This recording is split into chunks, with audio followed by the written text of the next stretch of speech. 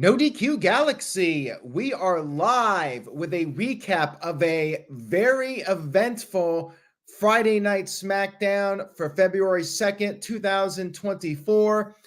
The show took place in Birmingham, Alabama, sold out crowd, over 10,000 fans in attendance. Everyone's buzzing about how the show ended. I will get to that here shortly. We will talk about what happened with Cody Rhodes and Roman Reigns in the final segment of SmackDown. But first, let's get to the beginning of the show. We opened up with a Royal Rumble video package. We saw Roman Reigns arriving earlier in the day. We saw Cody Rhodes arriving with his dog earlier in the day. And then we had Logan Paul come into the ring for a promo to discuss what happened at the Royal Rumble in his match with Kevin Owens. He said that he underestimated Owens. But while Owens did more damage to him than Floyd Mayweather, this is what he said, Owens still lost. Logan also took an opportunity to make fun of CM Punk and then said how everyone's getting hurt in WWE except him. Logan Paul said he is unbreakable. And this led to an interruption from Kevin Owens. Kevin Owens came into the ring, said it was a moral victory, even though he got disqualified. It was a moral victory to knock out Logan Paul with the brass knuckles, said that he is going to get the title at some point and sanitize it. Paul responded by saying he outsmarted Owens, and Owens said next time he will not need brass knuckles to beat Logan's ass. We had Austin Theory coming out there to set up our first match. Kevin Owens versus Austin Theory with Logan Paul out there on commentary. Logan was very happy with Austin Theory's offense, and Theory gave Owens a back body drop on the apron, had control of the match for a while, and then after the commercial break, Owens made his comeback. He hit a tornado DDT. He came off the top with the swanton, but Theory was able to kick out. Theory regained the upper hand, could not put Owens away. We had the outside interference. Grayson Waller got on the apron, and Logan left the announce desk, gave the brass knuckles to Theory, but Owens took the brass knuckles away, hit Waller, hit Theory, got rid of the knuckles, so the referee didn't see this time. 1, 2, 3. Kevin Owens picked up the win here. And then after the match was over, Logan Paul ran away. He left through the crowd, got away from Kevin Owens. Owens celebrated with the fans, and we'll see where this goes if we get the rematch at Elimination Chamber or WrestleMania. Backstage, we had several of the SmackDown female superstars there with Naomi. Naomi has officially signed a contract with SmackDown, which is no surprise because her husband, Jimmy Uso, is on SmackDown. We also had the revelation that Tiffany Stratton has signed with SmackDown, which is interesting because I presumed she was going to go on Raw because she's in a real-life relationship with Ludwig Kaiser. And I'm a little surprised that she's on a different brand than him. I figured they would be on the same brand. Anyways, things got heated. Tiffany ended up slapping Mia Yim, who was there backstage, and Nick Aldis had to calm things down. And this set up a match for later. We'll talk about that here in a few moments. We had Bianca Belair talking to Nick Aldis. She wanted to know if she could get a match with Io Sky for the women's championship when Bayley ends up picking Rhea Ripley. But then Logan Paul interrupted and said he wants a match. He's tired of being called a part-timer. He's ready to get back in the ring. And then he took his leave. We had Legado del Fantasma in a vignette at a restaurant, and Santos welcomed Elektra Lopez back into the fold and said that they are going to carry on the legacy of their families. He said they must eradicate Rey Mysterio's LWO. We had a fatal four-way tag team match with Legado, LWO, Pretty Deadly, and British Strong Style. Tyler Bate and Pete Dunne. Things broke down early, right off the bat. Joaquin Wilde did the spot that he did from NXT a few weeks ago where he was slingshotted, came out onto the big group of people on the outside of the ring. Not quite as impressive as the NXT one because I feel like he got more airtime and got higher up on NXT, but still looked cool. And then order finally got restored. Pete Dunne started to build up some momentum, and then Pretty Deadly came in. They double teamed Dunne, but Tyler Bate made the save and did the airplane spin. Things broke down again. LWO then came in, and they went for a dive on the outside. Elektra Lopez got on the apron. Zelina Vega pulled her off, went after Elektra, and then the LWO hit their dives.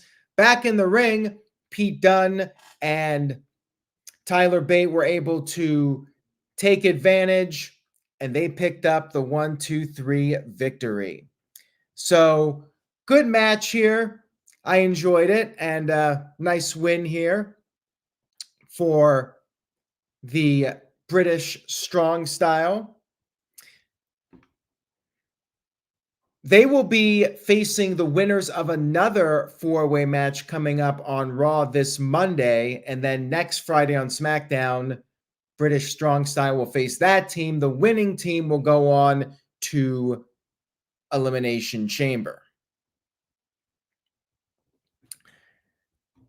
We have a $5 super chat here from Hamp Connell. Shout out to Hamp. Hamp sent in $5 and said, in 1998, today in history, after a King of Hardcore match, the New Age Outlaws pushed Cactus Jack and Chainsaw Charlie off the stage in a dumpster. That was a great angle, and I remember Jim Ross on commentary, one of his best moments ever. Good God, there's people in there. Like, I loved it. JR put that segment over so well. And that was a heavy angle for the time. I mean, even today, that would be a heavy angle, regardless of the era. I mean, we saw so many types of segments like that. But at that time, like, it was shocking. And, they acted like the Cactus Jack and Terry Funk were seriously injured. Great stuff. By the way, I see people in the chat room talking about the No DQ review and Vengeance Day. Vengeance Day is tomorrow night, Saturday night, and I will be doing a live stream recap of that show, so tune in for that. And Sunday night, in our usual time slot at 8 p.m. Eastern, is the No DQ review, just FYI. So we had Bayley backstage, and Damage Control minus Dakota Kai were talking in Japanese and they were laughing. Bayley was watching. They did not know she was overhearing them. Matthew says, okay, somebody screwed up here. Why does Wikipedia say Saturday, February 4th? Is it Saturday or Sunday? Now I'm confused. If it's Sunday, I'm pissed off because it says Saturday on Wikipedia. Oh boy. All right, Virtue, we got an issue here. We're going to have to figure things out on that. I was under the impression it was Saturday night. Wow. Anyways, guys, we're live. Here we go. We'll figure this out. We might be doing the review on Saturday night. We'll have to talk to Virtue about that one. We had Bayley overhearing them. And if you guys remember back in 2005 with Evolution, Batista split away and he overheard Triple H and Ric Flair talking about him. And that's what ultimately set up Batista deciding to go against Triple H instead. More on this Bayley stuff in just a moment. We had a Seth Rollins, Cody Rhodes video package. And in the voiceover from Rollins, he asked if Cody wants to be like Hulk Hogan, the Ultimate Warrior, or Sid, basically the Hollywood champions, or does he want to be like the workhorse champions, Dusty Rhodes, Ric Flair, Terry Funk. Interesting that they brought up Sid. Like Warrior, Hogan, they never mentioned Sid. Does that mean anything? Hall of Fame induction maybe for Sid? I thought that was very, very interesting. Of all the people they could have mentioned, they mentioned Sid. And I love Sid. Sid's a great character in wrestling history. So we'll see if that means anything. If Sid is going into the Hall of Fame this year.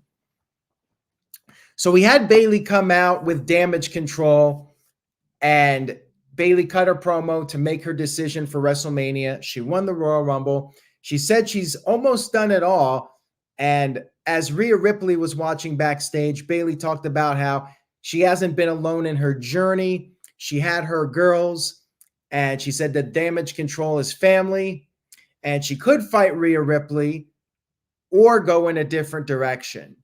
She said that sometimes it's more personal and it's about proving people wrong. And she looked over and asked if Damage Control was done laughing. Then Bayley, with a little swerve here, talked in Japanese, basically confirming that she knew they were talking behind her back this whole time. She said that things changed. She confronted Io. She wanted to know why Io betrayed her. And as Bayley was talking here, getting emotional, she got jumped from behind by the Kabuki Warriors. They beat her down, but Bayley had a backup plan. Smart babyface now. This is the turn for her. She had a lead pipe hidden in the corner, away from Damage Control's view.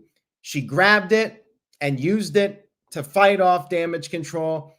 Io Sky backed off, and Bayley got on the mic and said she will see Io Sky at WrestleMania.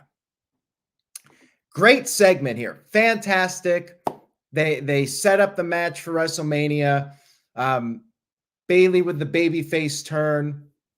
I loved it. I thought it was very well done from everybody involved. I loved the little twist that Bayley knew Japanese.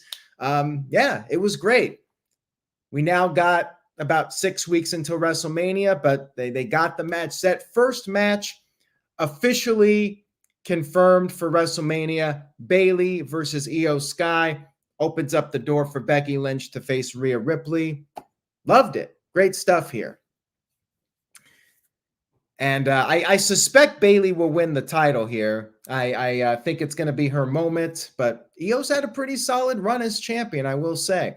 Dakota Kai was not there, and she was like WTF on social media. So what does this mean? Will Dakota stay with Damage Control, or will she end up siding with Bayley? I mean, I don't think it's Sasha Banks. I think Mercedes Moné is heading over to AEW in the near future. Michael sent in a $2 super chat thank you for that, Michael, says Dakota Kai wasn't wearing her knee brace on Raw. Well, she explained that, and the post was on nodq.com if you missed it, but Dakota said in a Twitch stream that she just forgot her brace. But she has teased that she'll be coming back soon, and she even said that once she starts wrestling again, she'll have to be wearing the brace. But I suspect we will see Dakota wrestling again within the next couple of months. Dave is a Beastly sent in a $2 super chat. Thank you for that. Says, I missed the ending of Smackdown. My internet crashed. Sucks for you, man. I'm sorry about that. You missed a noteworthy ending to the show, I will say. And we will be talking about that here in just a few moments.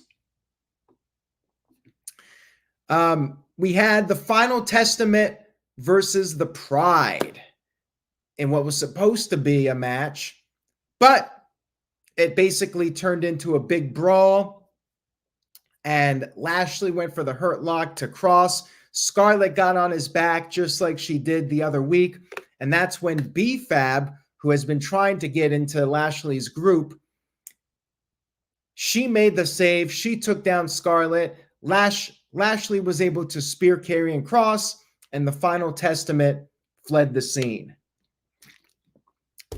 I mean, they're just dragging this out at this point. But yeah, B-Fab now with Lashley, and don't know if we're going to get like an 8-person mixed tag at some match at some point. Maybe Elimination Chamber, or they'll just do a 6-man and have the women out there at ringside. We'll see what they do. We had Nick Aldis backstage with Braun Breaker, and Aldis had a contract for Breaker, but Adam Pearce was not going to let this one go easy.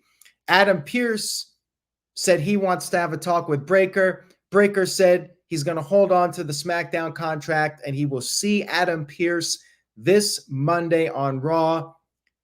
I suspect that Breaker will end up on Raw.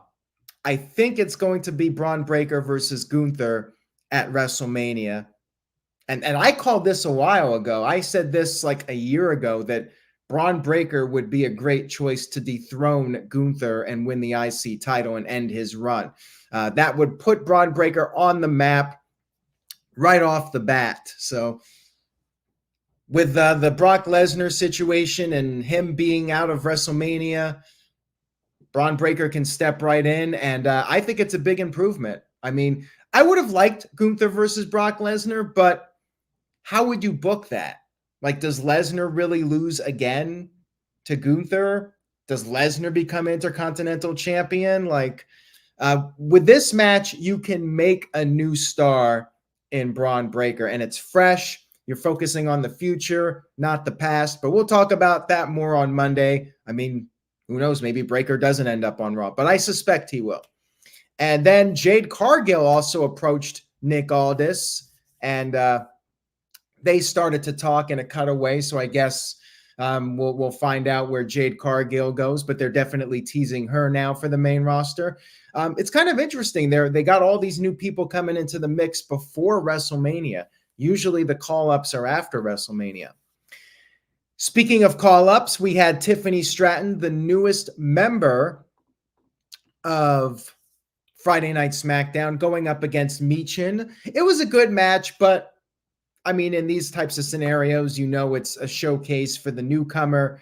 Michin is basically there to put over other people, but it was solid and basic match here. Michin got in some offense, but Tiffany did pick up the win with the prettiest moonsault. And then we had our final segment of the evening, Cody Rhodes coming out to make his WrestleMania decision.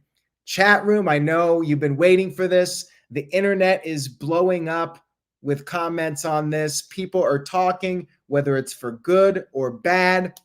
Let's get to it. So Roman Reigns came to the ring first. You had Nick Aldis and Adam Pearce in there. Roman got on the mic and, oh man, this was a massacre. He ripped into Seth Rollins he was smoking the poor guy. First of all, when Reigns mentioned Seth Rollins, there was no reaction, and Roman was right on it. He was like, "No pop." That was great.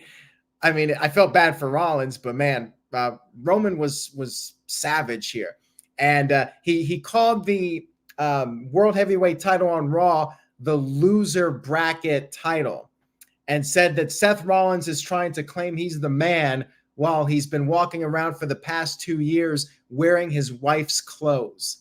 Damn. I mean, you're basically just killing the guy, burying him 6 feet here. And then he wasn't done. Roman said that, yes, he works 10 times less than Seth Rollins, but makes 10 times the amount of money.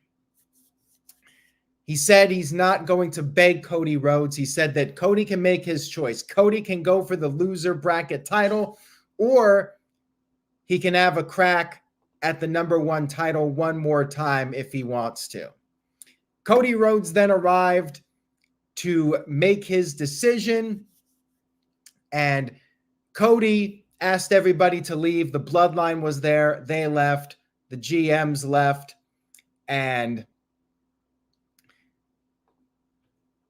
Cody said he still wants Roman Reigns' title. He asked, what is finishing the story? Is it taking the title from Roman Reigns, or is it taking everything from Roman Reigns? And then Cody had the line. He said he is coming for Roman Reigns, but not at WrestleMania. Cody mentioned that he talked to a few people, and one of the people he talked to is somebody that Roman Reigns knows very well. If you smell what The Rock is cooking, The Rock made his entrance, and it was rumored, it was reported that he was in town a few hours before the show. Rock's not coming to Birmingham, Alabama for no good reason. Roman Reigns came into the ring, and he walked over to Cody Rhodes. He walked over to Cody, shook his hand, and then whispered something to him, probably saying, "Thank you for doing this. I appreciate it. I love you, man." You know how The Rock is. And then Cody Rhodes, somebody made this comment, and it felt very much like this. It felt like WrestleMania 9 when Hulk Hogan came out there and Bret Hart had just lost to Yokozuna, and Bret Hart basically told Hogan, yeah, go get him. Take him out. Take care of him. Hulk Hogan gets in the ring and beats Yokozuna and wins the title. I mean, this very much felt like that segment. Cody Rhodes basically given his spot to The Rock. The Rock walks over to Roman Reigns. The crowd is going crazy for this, and the internet is blowing up. As soon as this happened, I was like, there's going to be a lot of unhappy people. There's going to be a lot of people excited, but there's also going to be a lot of pissed off people. I mean, it is what it is, guys. Let's get to the super chats. People have their thoughts on it. Building Nexus sent in a $2 super chat, says, Cody never said he chose Seth. Well, Cody Rhodes won the Royal Rumble, and that guarantees a title match. So if it's not Roman Reigns, it has to be Seth Rollins, right? Or whoever the Raw World Heavyweight Champion is. Hap Kano, who is usually critical of WWE, he was surprisingly more positive here. Says, I think this is really for the best. I think you have to have Rock versus Roman now and let Roman break the all-time record. He only has less than a year. All right, well, let's clear that up, first of all. He's not going to break the all-time record. In fact, he's not even going to break Bob Backlund's record, which is actually like 7 years. I know there was like a controversial thing like halfway through it, but Backlund is officially recognized as the second longest reign after Bruno Sammartino's first reign. Hogan is third. So he can potentially beat that. If Roman Reigns gets to September, he will break Hulk Hogan's just over 4-year reign as champion to, I think, become number 3 or number 4. I'm trying to think who else off the top of my head. Bruno's first reign is not being beaten. I mean, that was, 8 years? Not going to happen. And then Bob Backlund's was like 6 years or so, 5 to 6 years. That's not going to be broken. But Hogan's first run, if Roman can get to September, he will break that. And we'll see if that happens. But thank you for the super chat, Hamp.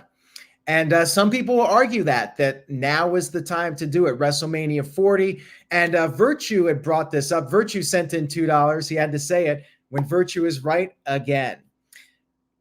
It is a distraction. Like with all the stuff with Vince McMahon, maybe this is the right time to do it. Rock versus Roman. People are talking about this now. People are buzzing about it. They're going to break a record. I mean, they were going to break a record, I think, regardless. But, I mean, certainly now they're going to break records with Roman Reigns versus The Rock. And it's the match that people have been wanting to see for years. But at the same time, a lot of people feel bad for Cody Rhodes not getting the match with Roman at WrestleMania, if that is, in fact, where this is going.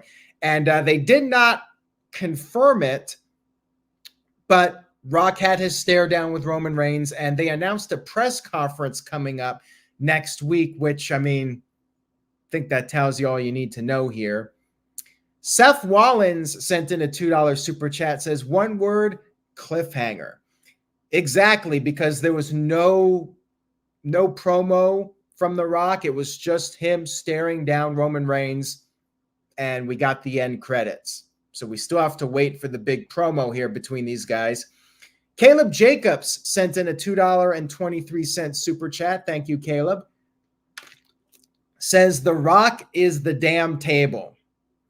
Pretty much. Cody Rhodes finishing the story is like a wrestler trying to break one of those tables and it doesn't break. And The Rock is the table that he's trying to break, pretty much. Walter Cruz, Rage of Wrestling, sent in a $10 super chat. Thank you for that, Walter. I appreciate it. Says, imagine a twist after The Rock took Cody's spot on Raw after Mania. Cody attacks and goes heel to say he stole his story, and we get a Rock versus Cody match unexpectedly. Unlikely, but wouldn't that be awesome? Never say never. I mean, I don't think The Rock is doing more than one match. I think it's a one and done. And if they're doing the match at WrestleMania, I think Roman Reigns is retaining. And if Roman Reigns is retaining at WrestleMania, I think he's beating Hogan's record. So they may hold off on Cody. I don't know how long. I don't know if Cody is just going to finish the story for now, win the world title from Seth Rollins, and then eventually go after Roman Reigns for next year's WrestleMania. I don't know what they're going to do. But I don't think The Rock is doing more. I think that more than one match out of him would be wishful thinking. Like, I just don't know if The Rock is going to risk that. You know, one match alone is risking injury and screwing up whatever projects he has going on. Jason YouTube, I think it's YouTube, I presume, from YT, sent in a $5 super chat. Thank you, Jason. I appreciate it. Says, I guess Triple H is still upset at Cody about the throne. I don't think Triple H is mad at Cody at all. I think it's a matter of when The Rock wants to do the match. And if Rock wants to do it at WrestleMania 40, then boom, it's happening at WrestleMania 40. I mean, they're going to do the match. If Rock is willing to do it, they're going to do it. And like I said, Rock probably went to Cody Rhodes and said, look, man, I love you and you're the guy, but we got to do this business when the opportunity is there. This is the biggest match of all time. You have to think of the big picture, making the most money possible for the company and making sure everybody's taken care of. You know, I could see him giving Cody that speech, and Cody, he's a professional. He's going to go along with it. probably not happy about it, but at the end of the day, he is a pro. Building Nexus sent in a $2 super chat, says, could Seth Rollins actually beat Cody Rhodes? Maybe. I mean, some people would think, is Seth really going to lose a fourth time to Cody Rhodes? I mean, he could, but then if Seth won, you could potentially set up a fifth match with them at some point and keep that feud going, reignite the issues between Seth Rollins and Cody Rhodes. I mean, would not rule that out. Although people might get mad if Cody goes with Seth Rollins as his opponent and then fails to win the title. People might get mad about that. You know, they want to see the Royal Rumble winner get the title, especially when it's not against Roman Reigns. And Jason YouTube sent in a $5 super chat. Thank you for that. Says, I wonder if this was the plan the entire time if CM Punk never got injured. Cody Rhodes was going to win the Royal Rumble, regardless of whether or not CM Punk was injured. I think that The Rock was always something that they were considering, and they were going to have a backup plan for Cody. But, I think the idea was Cody Rhodes versus Roman Reigns at WrestleMania. But if The Rock is going to come in and agree to the match, then Cody's going to get pushed aside. He's going to get the Bret Hart WrestleMania 9 treatment. I think that was it. I don't think CM Punk's injury really had anything to do with it. And then The Real Wyatt sent in a $2 super chat. Says, man, I'm gutted for Cody. Business is business. Damn. Well, if you remember, Bret Hart got screwed at WrestleMania 9, but a year later, he was triumphant. He won the title, and Bret had several great years after that. So Cody, he'll get back on his horse, and he'll continue to be the face of the company, even though he's not necessarily going to be in the WrestleMania main event. He'll still be the face of the company, and he'll still get his big moments. He's still going to be the guy that's at all the live events, and the guy in the main event, and the guy that does the commercials and the ads. You know, he's going to be that guy for years to come. He is going to be the face of the company. Dave is a Beastly sent in a $2 super chat. Thank you for that, Dave. Says, Roman Reigns versus The Rock doesn't need the title. I agree with you, and they could have tried to plan this out differently, but at the end of the day, I don't think they want Roman to drop the title until it's the absolute right time. And maybe they could have done it at the Rumble, or they could have done it at a pay-per-view like SummerSlam or something, but I really feel like they want to do it at WrestleMania. And now with the Hulk Hogan deal, they may want to hold off. Like maybe they would have considered SummerSlam, but now that they're so close to having Roman beat Hogan's record, they may hold off longer. Now, one thing we don't need is The Rock winning the title from Roman Reigns. I'll say that right now. Like I think that would be a huge mistake. Remember this clip that I said it. Don't let me go back on my word if it happens. Seth Rollins sent in a $5 super chat. Thank you for that. I appreciate it. It says, one has to think the title is on the line for Rock versus Reigns. No, otherwise it would seem meaningless. Yeah, if Roman's not dropping the title at Elimination Chamber, and he's not booked for Chamber, so I presume it's for the title. Like there would be no sense in it not being for the title. Like they got to put it on the line now. Roman's the champ. He's got to defend the title at WrestleMania against The Rock, if it is in fact The Rock, which definitely looks like it's going that way. And Caleb sent in a $2 super chat. Thank you, Caleb. Says, Cody can still finish the story with Seth Rollins. Yes, he can win that world title, but keep in mind, the title that Roman Reigns has is the WWE title that Dusty was not able to win. So really that is finishing the story for Cody. So whenever that is, Cody winning that lineage, that championship is what his ultimate goal is. Even if he beats Seth Rollins, it's still not the end of the story for Cody Rhodes.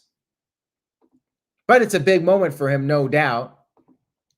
And Hamp Connell sent in a $2 super chat. Thank you, Hamp. Says, gives them a year to build up Braun Breaker also. Well, if they want to put Braun Breaker in a main event spot, but I think the first step with Braun is to beat Gunther. That's what I would do. And, maybe a year from now, Braun Breaker could potentially be in the running for the WWE Championship or the World Heavyweight Championship. We'll see what happens with that. Billy L sent in a $5 super chat. Thank you, Billy. I appreciate it. Says, if Cody Rhodes comes out of WrestleMania without a title, he might as well show up on Raw the next night with clown makeup on. Well, the funny thing is, Cody mentioned in an interview recently that the year will feel like a failure if he doesn't leave WrestleMania with the undisputed WWE Universal Championship. So yeah, even with the world title, like they really gotta figure out a strong story here with Cody Rhodes and Seth Rollins. Because Roman Reigns, he annihilated Seth Rollins on the mic tonight, and now Cody is going for that secondary title. So they really gotta step it up here with Cody and Seth if that's the match for WrestleMania. And hopefully they can go out there, and I'm not doubting them at all, but there's a lot to prove. They got to go out there and give people one of the greatest WrestleMania matches of all time. I think they're capable of it, but the pressure is definitely going to be on to show everybody that this is something that you gotta take seriously. And these guys are at the same level as Rock and Roman Reigns. But it's going to be the workhorse. It's looking like it's going to be the workhorse title match versus the Hollywood title match. I mean, that's really how it seems to be going. Sunhat sent in a $10 super chat. Thank you, Sunhat. I appreciate it very much. Says, will you agree that Roman Reigns versus The Rock is going to be the most predictable WrestleMania main event in recent history? Why not Cody versus Roman night 2 and Rock versus Roman night 1? That was another idea that I had brought up a while back, that they could have done that. They could do a triple threat. And you know what? There's still time to call an audible. Nothing is set in stone until it's officially announced. And even when it's announced, remember, they've changed WrestleMania plans before based off of fan feedback. So if there's enough pushback and enough people upset, I would not rule out Triple H making a change to the card. And also, we still have to consider Seth Rollins and his recovery from his injury. I presume he'll be good in time for WrestleMania, but with injuries, nothing is 100%. Anthony Sadler sent in a $5 super chat. Thank you for that, Anthony. I appreciate it. Says, I want Roman Reigns versus The Rock, so I'm hyped, but I just don't understand Cody Rhodes winning the Rumble. Him beating Seth is leading to Priest cash in. It's predictable. I forgot about Damian Priest. That could happen too. And I brought this up before. I know it's predictable, but Damian Priest really should cash in at WrestleMania. His character looks like a complete idiot if he doesn't cash in at WrestleMania. So yes, it is predictable. But I could see that happening. Cody Rhodes gets his big moment only for Damian Priest to cash it in and take it away from him. Would not shock me if that happens, by the way. Cody won the Rumble, to put over Cody. Cody beat Brock Lesnar at SummerSlam. They're continuing to book Cody as the guy. And, they want to keep that momentum going for him, even if The Rock does take the WrestleMania spot from him. They still want him to be seen as the top guy in WWE. It was a very interesting SmackDown. I will say that. And, I'm intrigued now. I'm hyped up for this. I give the show an A. I thought it was a great SmackDown, very eventful show. a lot happened on this. We got a lot already set up for WrestleMania. We got some stuff being set up for Elimination Chamber. Big show here, and they're definitely they're rolling the snowball, building things up now for WrestleMania, and we'll see what happens on Raw and what the fallout from the Rock's appearance is going to be, and how fans will react to this. I know it's very polarizing. Like I've seen positive comments and I've seen some very negative comments about this. Sticky B24 sent in a $2 super chat. Thank you for that. Says Cody versus Roman with Rock as the guest referee. They're not going to do that. Rock's showing up and he's wrestling at this point. What they could have done, I had brought this up before, is they could have done Cody versus Roman at WrestleMania and had The Rock interfere to help Cody fight off the bloodline, and then that would set up Roman versus The Rock. But would they really wait another year? It's already been teased for a couple of years now. Rock's not getting any younger. That's the thing too. If Rock's ready to do it, you got to do it when he still is physically able to do it.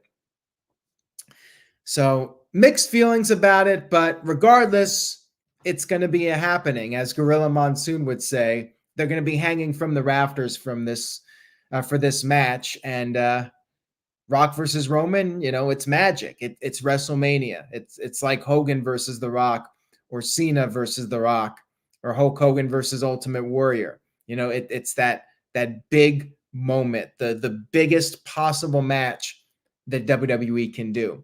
And if you have the opportunity to do it from a business perspective, you would be foolish to not do it. We'll talk more about this for sure on the No DQ review. I'm not sure when it's going to be, but stay tuned to the No DQ socials right there. Follow No DQ, and I will keep you guys posted on our plans. And I will be covering NXT. I believe it's Sunday. So Sunday night it is. I will be doing the play-by-play results on NoDQ.com. And then right afterwards, I will be on here on YouTube to cover the show. Thank you all for tuning in tonight. I very much appreciate it. Have a great weekend. Enjoy NXT. Enjoy the No DQ review whenever we go live with it. We'll definitely have a lot to discuss. Say yes to NoDQ.com, and I will see you all next time.